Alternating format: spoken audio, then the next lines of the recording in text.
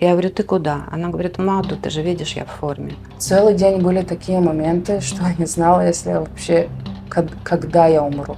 Еще одно лицо, с которым ты работал, ты его упаковываешь в пакет. И были террористы, и стреляли, и мы просто ехали возле них. У нее начали дрожать руки, и она сказала, никогда, мама, больше никогда мне не давай черные пакеты. Я уже не знаю, кому помогать, а кому нет.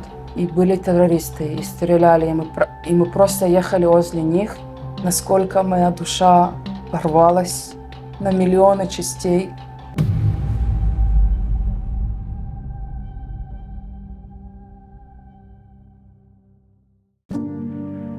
И я хочу, чтобы вы не останавливали этот ролик, а досмотрели до конца. Вы поняли, какая у нас молодежь.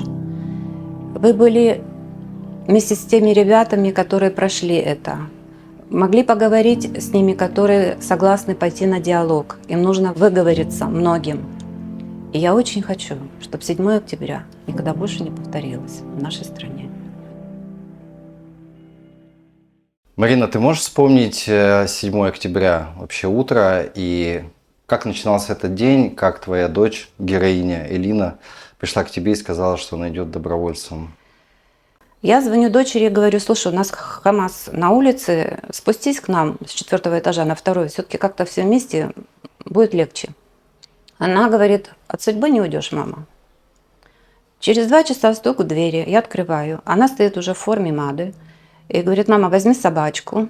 Я говорю, ну ты же не работаешь, это как бы не твоя работа. Она говорит, а работать некому. Папа в состоянии шока говорит, у тебя же спина больная, как ты сможешь работать? Говорит, папа, это мой долг. Она отдает ему карточку банковскую, туда зовут, ключи от двери. И говорит, я вот оставила себе карточку от МАДы, и что если со мной что случится, мои органы отдать на людям, которые в этом будут нуждаться. И она ушла. 7 октября вы пошли волонтерами, добровольцами на те места, вот на места событий 7 октября, трагедия.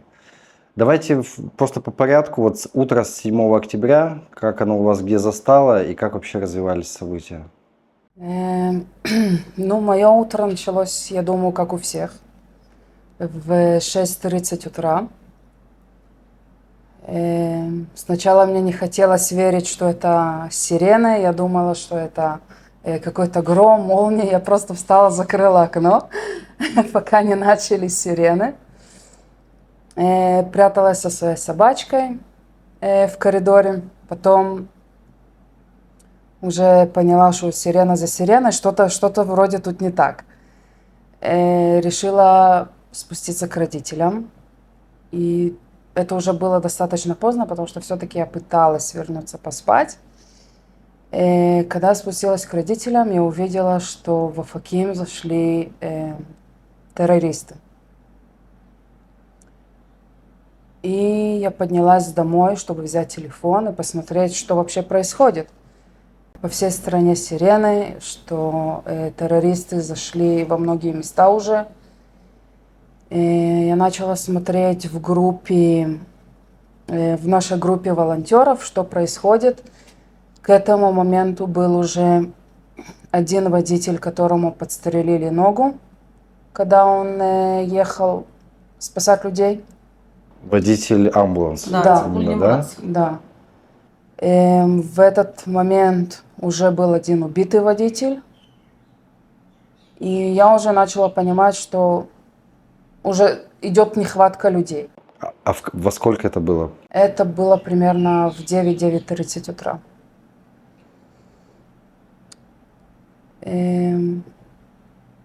Я еще пробовала все говорить со своим братом, потому что мой брат был в Египте в этот день.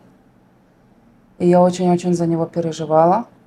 Потому что всегда, когда у нас что-то происходит, то в арабских странах тоже начинается бардак. Ну и я созвонилась с Аллой. Мы начали сначала переписываться. Она моя подружка уже очень много лет. Я начала спрашивать, как у нее дела, что происходит, живы ли они вообще. Вышло сообщение в нашем чате, что не хватает людей и что самый главный начальник МАДы очень просит, что любой, кто может приехать и взять машину, чтобы приезжали, потому что уже не очень хорошо все идет. И я просто ждала момента, чтобы была секунда тишины, потому что не переставали сирены и не переставали тут сзади моего дома стрелять. Я просто ждала секунду тишины, чтобы выйти из дома. Все, что я с собой взяла, это была карточка, что я волонтер, карточка АДИ, это такая особенная карточка, которую ты подписываешь, что после смерти, чтобы взяли твои органы. То есть, ну ты уже Я шла на смерть. Ты действительно уже так думала, что может случиться все, что Я угодно? не думала, Ты была уверена? я знала. Я знала, что я не вернусь домой. Я Ты с такими мыслями реально Да. ехала и не боялась, и была Нет. готова? Потому что к тому моменту, опять же, я знала, что один подстреленный, я знала, что один убит. Потом, через несколько минут после этого, я знала, что еще один мой друг убит. Потом мы начали получать сообщения Да. о Берри, что там у нас было несколько Да. парамедики. И, У меня там были очень близкие друзья. Я просто целый день получала сообщений, что еще один мой друг убит, еще один мой друг убит, еще один мой друг убит. Это просто не кончалось. Это все вот медицинские работники, Да, это не параллельно? кончалось на протяжении 3 дней, что я просто узнавала еще одно имя. В течение дня я не могла ей звонить, потому что я знаю, что за рулем, и положение ужасное, чтобы, не дай бог, мой звонок ее не отвлек от чего-нибудь. Вечером поздно, около 12 ночи, она постучала в дверь и говорит: дай собаку. И я хотела задать ей вопрос: как ты? Но видя по лицу, что человек черный весь, как робот, и медленные шаги, тяжелые, она поднималась на свой этаж, и я ей ничего не сказала. И она ничего не рассказывала? Она ничего не рассказывала. Она только сказала: дай мне собаку. Она ее прижала, обняла и пошла наверх. В 6 утра стук в дверь. Она опять стоит в форме МАДы и говорит: возьми собаку. Я говорю: ты куда? Она говорит: в МАДу, ты же видишь, я в форме. Когда вы приехали в МАДу, вот вместе, что да, уже там там уже было? было, по-моему, 5 или 6 тел. Больше. Потом их просто, мы поняли, что их больше, их привозят, они прибывают, а складывать нам некуда. Там Это гражданские тела, правильно? разные. И солдаты И были, солдаты? и полицейские были, и гражданские были. Ну, разные. В общем, нам разрешили на кладбище есть как две комнаты. Тут как такое небольшое здание. И нам выделили там место, чтобы можно было складывать туда тела. Ну, это были прям сотни. Ну, не сотня, Это но почти. были Это около 70, десятки. около 70 тел было. Да. То есть вам привозили тела уже? Мы сами ездили за ними тоже. Когда уже было сложено много тел, то мы поняли, что просто те подстреленные, которые к нам привозят, чтобы мы им оказывали первую помощь, они не перестают смотреть на тела. И это их очень пугает, и давление повышается, и потеря крови происходит намного быстрее. Мы закрыли, как раз прошел праздник Суккот, и мы взяли от суки как покрывало такое, просто все натянули и Просто закрыли. отгородить. Да, отгородить хотя бы, чтобы они перестали это видеть. И потом я пошла помогать эти тела упаковывать в большие пакеты. И мы пытались снять с них как можно больше оружия, чтобы это оружие хотя бы оставалось у нас. Это солдаты полицейские? Это были солдаты, да? это были полицейские. В какой-то момент приехал командир полицейской станции в Рате, чтобы опознать несколько своих солдат. Саратов. С Рата. Он их опознал, и через полчаса он вернулся опять, но как труп. И это было просто... Это не кончалось. И ты видишь еще одно лицо, которое ты знаешь, и ты его упаковываешь в пакет. Еще одно лицо, с которым ты работал, ты его упаковываешь в пакет. Я могу сказать, что не все трупы выглядели только с пулевыми ранениями. Там привезли 2 солдата, и у которых отрубили половые органы. Это было очень тяжело. Это было очень тяжело видеть. И пулевые ранения были очень тяжелые. Они именно стреляли с очень близкого расстояния. И были люди, у которых просто не было полчерепа, у которых мозги выливались наружу. И чтобы не было, не перепутывали, так я пыталась как можно больше тела собирать в пакет, который предназначен именно для этого человека, чтобы оно не путалось. А с вами Зака работала? Или Нет, только Зака вышли нет? только к вечеру. К вечеру? Да, Только вы. к сожалению, да. Зака начали работать только к вечеру. Все это время было очень много трупов, и это был очень жаркий день. Трупы набухали, и они становились тяжелее, запах у них становился тяжелее. Как вы морально справлялись? И Вот я как- Отключили просто, Да. Вот отключили на автомате функцию. на автомате. А много сотрудников с вами было? Вот добровольцев? И еще один. Да, в нашей команде был еще один. То есть вы втроем это все Да. делали? Нас было там много людей. Чем больше часов проходило, тем приезжали скорые помощи с Иерусалима нам помогать, с С Тель-Авива. разных мест. Да, с разных мест, потому что правда не хватало людей. Очень много людей погибали в этот день. И просто правда не хватало людей. Не хватало рук. В какой-то момент мы просто понимали, что у нас кончаются бинты, все кончается. И нам пришлось ехать вокруг Уфакима к скорой помощи погибшего водителя, чтобы попробовать забрать эту машину, чтобы у нас была еще одна машина, еще больше тахбушот, как бы еще больше, чем оказывать медицинскую помощь. Потому что просто у нас все кончалось. И были террористы, и стреляли, и мы просто ехали возле них для этой машины. Ну, то есть террористов вы видели? Когда... Да. Мы видели назад 3 ликвидированных. Это на трассе 232 или нет? Не, это Это во было еще в Факиме. Уфакиме. А, еще в Уфакиме. Да, То причем есть- одно тело нас послали забрать, и нас сопровождала полицейская машина. И они как бы в 2 стороны вышли с оружием, мы вышли, забрали тело, и они закрыли за нами. Тело Ну, то есть наше прикрывали. или Наше, террорист? наше. Наше, да. Наше. Они Террористов нас- не собирали, естественно. Или не Нет. собирали?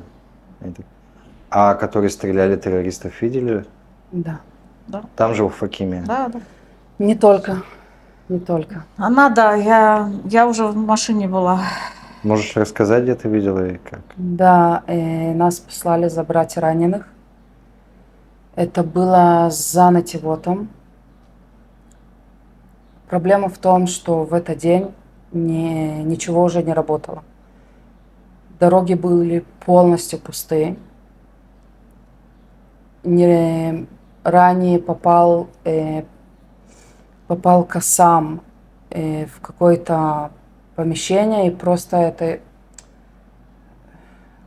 в электрическое какое-то... И просто отключила во всем Изоре, отключила Во всем Рамзурим. районе отключились, да, электричество. Да. Так это правда выглядело как какое-то апокалиптическое зрение. В общем, мы приехали за ранеными, которые с фестиваля Нова бежали. И мы забрали 3 человек, 4-й сопровождающий, по-моему, был. То есть ребята были практически в шортах, в трусах, вот, без ничего. Они Один. раненые. Да. Да, раненые. Пулевыми у всех ранили. пулевые, да, руки, ноги, живот. Такие. Один был англоговорящий, вообще не понимал, что Что происходит? И когда я была в амбулансе, Я как командир этого амбуланса, э, я сказала, я подняла всех, кого можно было, и осталась снаружи с одним, который просто от шока не мог двигаться. Я 1,78 м, а он на еще голову выше меня. И он, правда, был такой очень большой парень. У него было пулевое ранение в плечо. И я ему говорю, все хорошо, теперь все хорошо, я с тобой, но нам надо ехать. Он просто смотрит в пространство и кивает головой. Я говорю, давай, нам надо, давай поднимайся, мы поедем. Он продолжает просто кивать головой. Я его взяла уже за руку, чтобы он хотя бы как-то меня почувствовал, чтобы он меня услышал. Я ему говорю, я здесь, я тебя не брошу, поехали. Он кивает головой. И тут едет машина с террористами, и начинают стрелять. Пуля меня где-то на полметра. Меня не зацепляет, а просто заходит в амбуланс. К счастью, она там и остается, просто в машине. Солдат мне кричит, езжайте отсюда. Он продолжает так стоять, как и стоял, мой пациент. Я его просто беру за плечо, за больное плечо, и кидаю его в машину. Я не знаю, откуда у меня были силы в этот момент. Закрываю дверь, и я оттуда просто жму газ, как я в жизни не нажимала эту педаль. Я ее просто вжимаю в пол, чтобы оттуда уехать. Было очень много в этот день таких моментов, что я просто не знаю, как мы остались живы. Потому что мы ехали весь день по дорогам, по которым ходили террористы, по дорогам, по которым над нами летали постоянно ракеты. Я честно не знаю, как мы остались живы. И я настолько понимала, что это, что меня ждет, что я даже перед тем, как ушла из дома, я оставила родителям свою собаку и оставила им свою карточку от банка и дала им код. Потому что я просто была уверена, что я не вернусь домой. а мне дети звонили и говорили, мама, ты, пожалуйста, осторожна, потому что мы не можем потерять двоих родителей. Ну, потому что их отец был, соответственно, на службе в полиции, и я тоже там где-то. И до скольки вы вот 7 числа работали? Мы были до 2 часов ночи. Я приехала туда к 11 утра. И в 2 часа ночи я помню, что я в последний раз после того, что мы привезли еще тела на кладбище, мы вернулись на станцию. Я легла на каску, и я почувствовала, что я больше не могу встать. Физически. Я просто не могу встать. Ни морально, ни физически. Я весь этот день не пила, не ела. Без отдыха, да, все это У меня было? не было времени. Да и мне не хотелось ничего. Просто время шло так, что, ну, Да. совершенно потерянный во времени был. А к концу вот 7 числа сколько примерно тел-то привезли? Последний раз, когда мы были на кладбище, там было 63 тела. А помимо вашего места еще были такие места, куда отвозили, да? Было очень много Да. мест. Да. А гражданских много было, которых вам Да. привозили? Много? Да. Женщину одну мы вывезли, это как раз вот с внутренней улицы моей. Там просто через 2 метра и табличка стоит. Убита. Женщина пожилая, в которой в спину выстрелили, по-моему, 2 раза, по-моему. Мы ее забрали, и когда переносили туда уже, немножко пакет зацепился, вот кровь на меня вот так вот брызнула. Я потом пошла отмываться, ощущение было, как будто я с ней, с кровью с этой вот. Ну, в общем, долго отходила от этого состояния. Потом мы на следующий день снова приехали и сидели, ждали. Нас должны были в Берри послать. Да. А вот эти тела 8 числа их уже увезли или там же лежали? Нет, мы старались взять с собой как можно больше тел, когда мы были на улицах, потому что мы знали, что происходит с ними. Мы знали, что террористы забирают и мертвых, и живых в вазу. Так нам было очень важно забрать с собой все, что мы видим. Потому что мы понимали, что они это тоже хотят. Был один момент, что нас послали в один из кибуцев за 3 солдатами, которые очень сильно ранены. И я ехала по этой дороге. Тела были разбросаны по всей дороге. Тела, машины. Были, да, машины горели. Были машины, которые прошли уже взрыв. Были отрубки тел по дороге. Куски. Да, просто куски. Я пыталась ехать так, чтобы хотя бы не наехать на эти тела. С другой стороны, я думала, я просто ехала и не прекращала думать, с какой мне скоростью ехать. Потому что если они сейчас приедут и выстрелят мне в колеса, так успею ли я что-то сделать с рулем? А если они проедут и выстрелят в меня, я успею остановить машину, чтобы они не погибли? Что я даже не знала, как мне ехать. Если сейчас будет надо мной лететь ракета, я успею остановиться, я успею от нее как-то отвернуться. Я не знала даже, с какой скоростью ехать. Я не хотела как-то задеть эти тела. А у нас не было оружия с собой, то есть мы Да. совершенно без. А вот это что за трасса, где вот это ты сейчас Мы описываешь? ехали с Афакима, и есть вот эта трасса, которая идет трасса Дерех Кибуц Урим, и она как Цомети идет вот это 2, 3, 4. И мы уже прям совсем подъехали к кибуцу, и мне звонят и говорят, возвращайся, они умерли.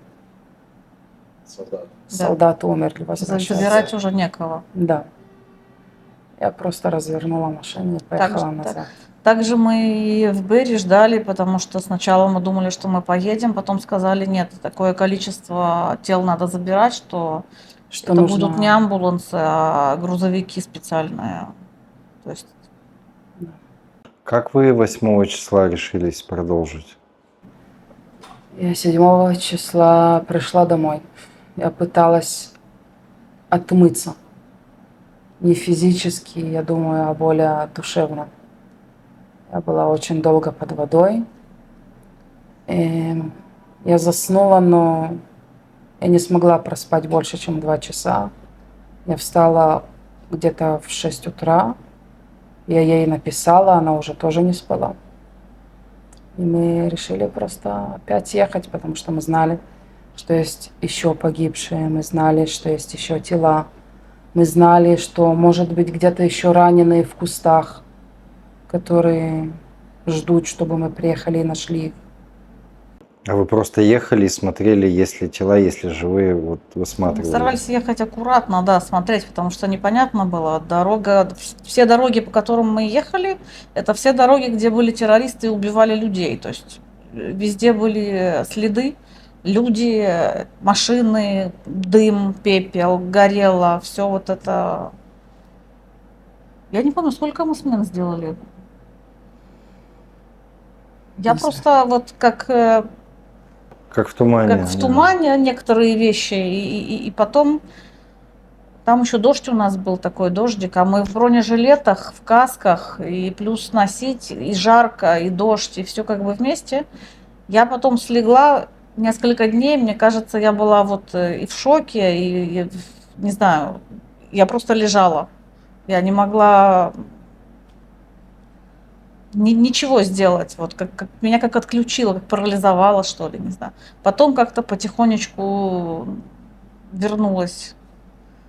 Мы пока находились на базе, к нам приставили там солдат, чтобы они охраняли как-то, мало ли что. И вот мы как бы в процессе всего вот этого, что происходит, еще слышим, что еще группа террористов заехала в Афаким с какой-то другой стороны. и все приготовятся, и все там куда-то зайти, и плюс бомбежка, и, в общем, это такой вот какой-то сюр. И постоянно привозили еще и еще убитых, еще раненых. И я просто помню вот это вот чувство, которое у меня было, что я уже не знаю, кому помогать, а кому нет, потому что все в критическом состоянии, и, и ты просто не знаешь, на кого тратить последние бинты. Скажите, пожалуйста, а вот люди, которые ранены, они с вами разговаривали, что, они рассказывали, что происходило? Они не рассказывали, Нет, они они в были шоке в таком были. шоке. А что они говорили? Они просто были в шоке. У меня были двое, которые говорили, всех убили, просто всех убили. Они были в таком стрессе, в таком шоке, что они не... Ты помнишь, была девочка, сидела с фестиваля, несколько ребят молодых, а одна тряслась. Да. У нее одна сторона тряслась, то есть она сидит, а рука и нога ее просто вот так трясется. И все подходят, пытаются как-то успокоить, чтобы все хорошо, ты уже... Она была в шоке. Глаза у всех видно, что люди в шоковом состоянии. Они не могли говорить. Это у них не было состояния, у них не было даже понимания, что произошло. Они просто бежали, сколько это получается, более 20 километров до Уфаки. Были такие, которые бежали просто километры, чтобы спастись. По полям, по дорогам. И они приходили к нам. Уже такие, которые просто падали в обморок у меня на руках, и надо было ставить им капельницу, чтобы хоть как-то. Машин не хватало, чтобы всех отвезти. Так из-за этого мы поехали забрать машину Арона, который был убит ранее, чтобы было хоть что-то. Когда мы приехали, машина была не в состоянии, чтобы ее забрать, потому что его убили пулей в сердце. Прямо в лобовое стекло, и он Да. въехал в забор. В бетонаду.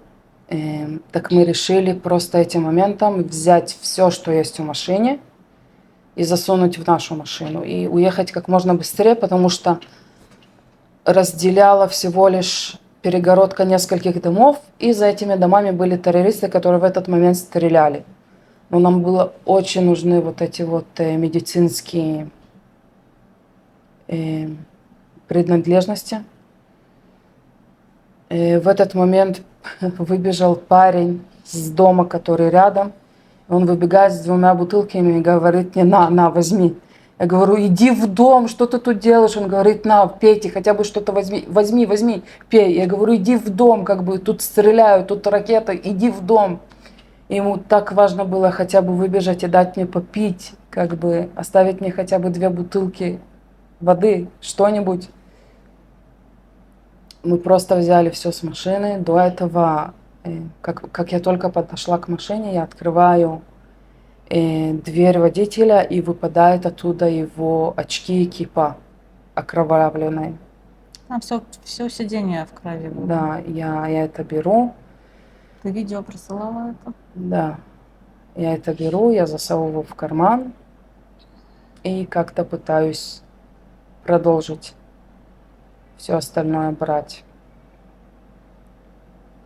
А до какого числа вы этим занимались вообще? Ездили? Я Я даже 3 не дня. помню. Первые 3 дня. 7-й, 7, 8-й 8, день. 9. 9-го то же самое все было, потому же. Просто Да. каждый день, да, встал, пошел, встал, пошел, встал, пошел. И также слышны были выстрелы. Уже нет, 9 числа уже не было, это уже началась полная война. Но 7 и 8 были еще террористы. А 10-го уже вы не поехали. Нет. Во-первых, мое тело больше не могло. Во-вторых, моя душа больше не могла. И как бы уже начали ЗАКа сильно работать. И армия начала помогать тела собирать. Все как-то организовались и дали нам, как скорой помощи, заниматься только скорой помощью. И вот просто целый день были такие моменты, что я не знала, если я вообще, когда я умру. Я просто была уверена, что я умру, но я просто не знала от чего. Если сейчас террорист меня выстрелит, или если на меня сейчас что-то упадет. Но я была уверена, что не вернусь домой.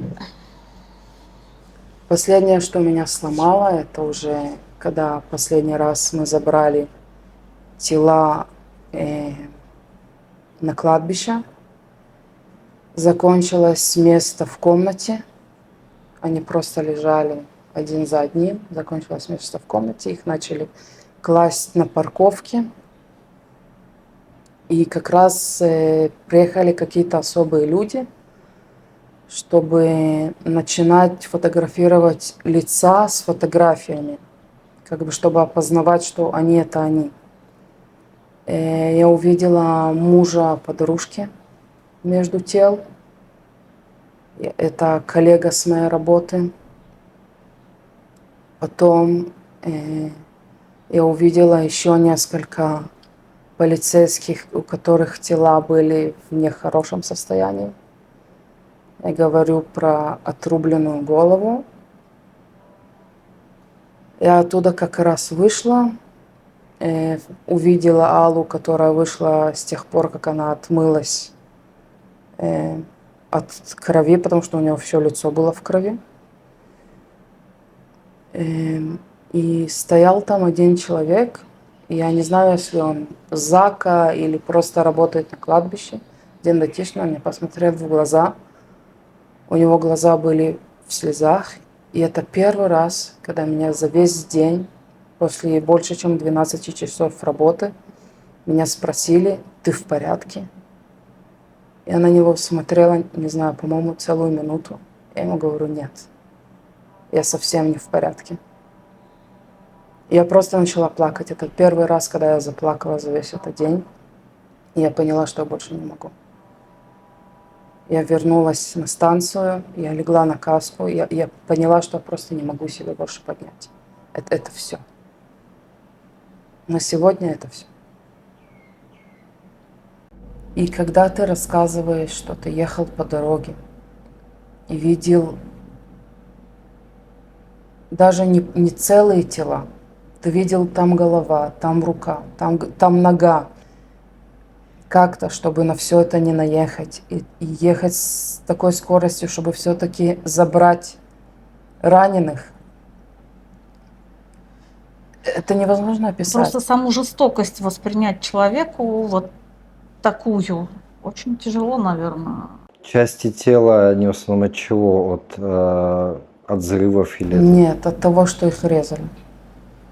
от того, что резали? На Да. трассе в том числе, да? На трассах? Это не от взрывов, ни от чего. Просто части тела, которые отрезали и бросали.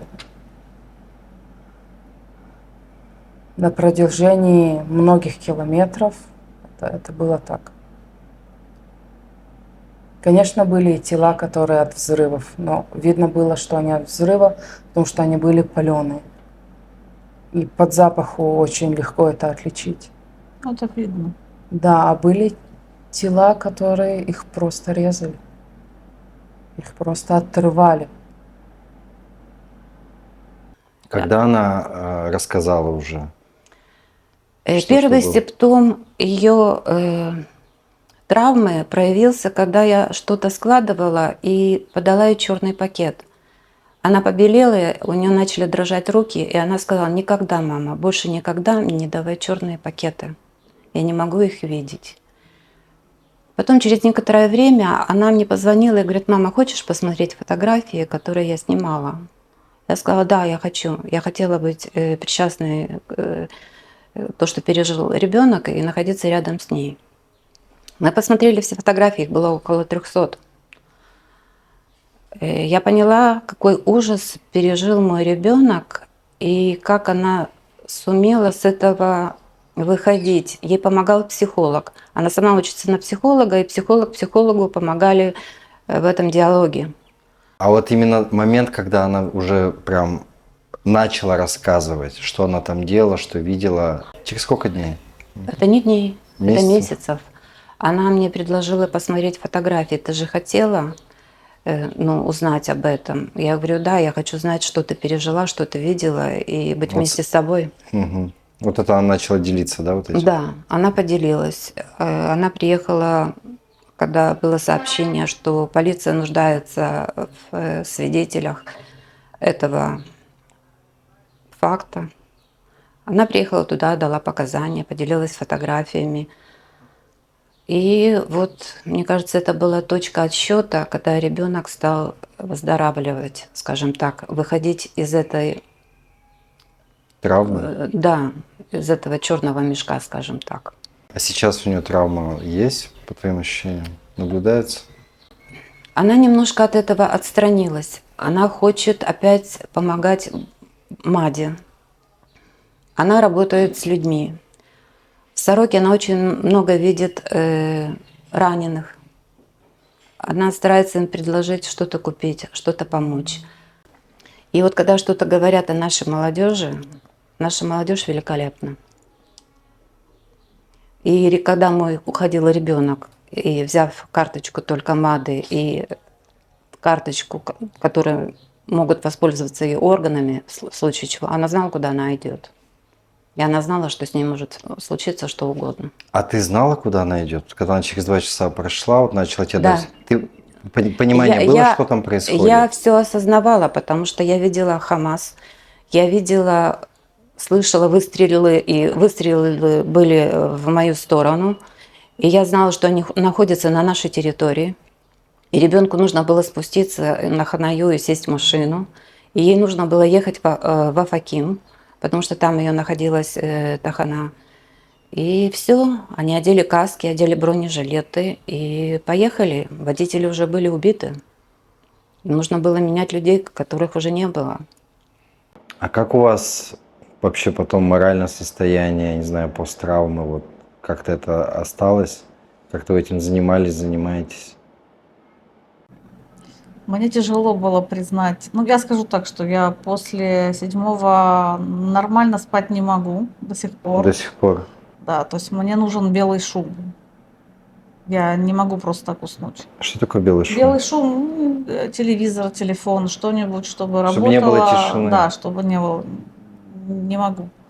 Хотя я ходила, то есть, пришел человек к нам с детьми поговорить, психолог, какие-то такие работники. Дети ходили, потому что вот слова детей у меня до сих пор в голове крутятся, когда к нам пытались вломиться, и дочка звонила отцу и кричала: папа, спаси нас, нас убивают.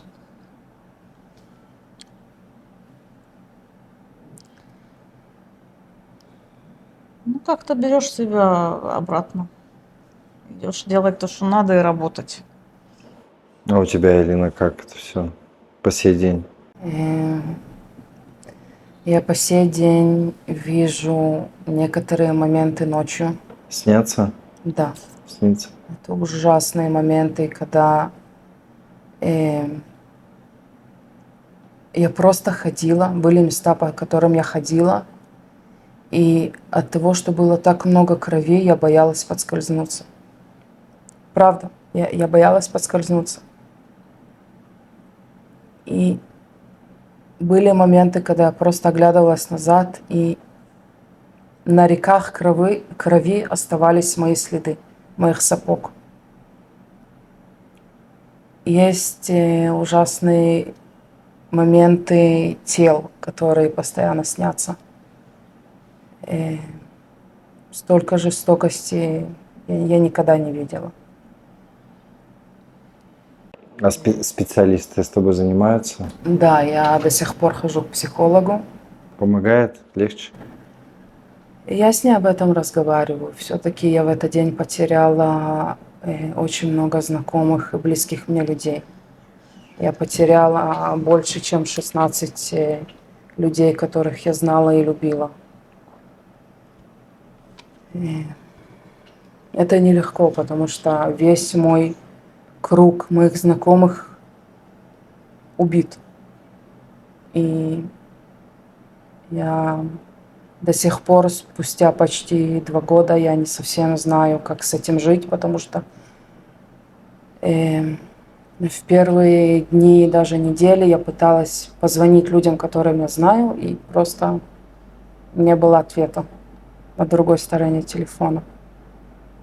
Через где-то 2 месяца я решила стереть эти все номера телефонов, потому что я все-таки продолжала звонить.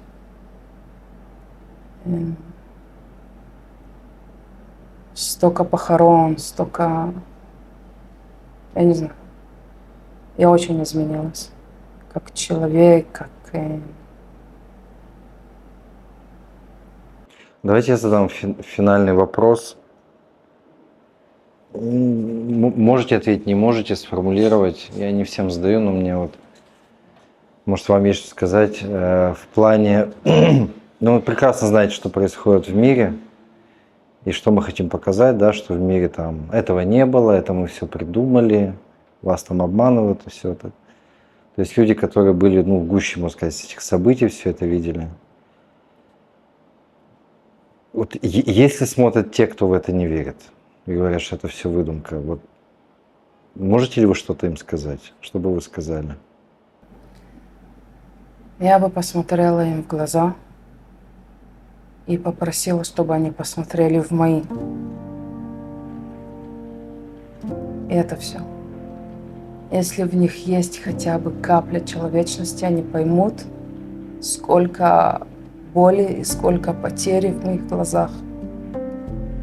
Насколько моя душа порвалась на миллионы частей с каждым телом, которым я видела, и с каждым телом, которое я упаковывала в пакет, пыталась собирать все его части, чтобы не оставить ни одну часть позади. И это все, что я попросила. Просто посмотреть в мои глаза и после этого попробовать и сказать, что этого не было. Мне уже просто кажется, что если людям нужно что-то доказывать из того, что было, дай Бог, чтобы они это не пережили. То, что пережили наши дети, то, что пережили мы, то, что пережила вся наша страна.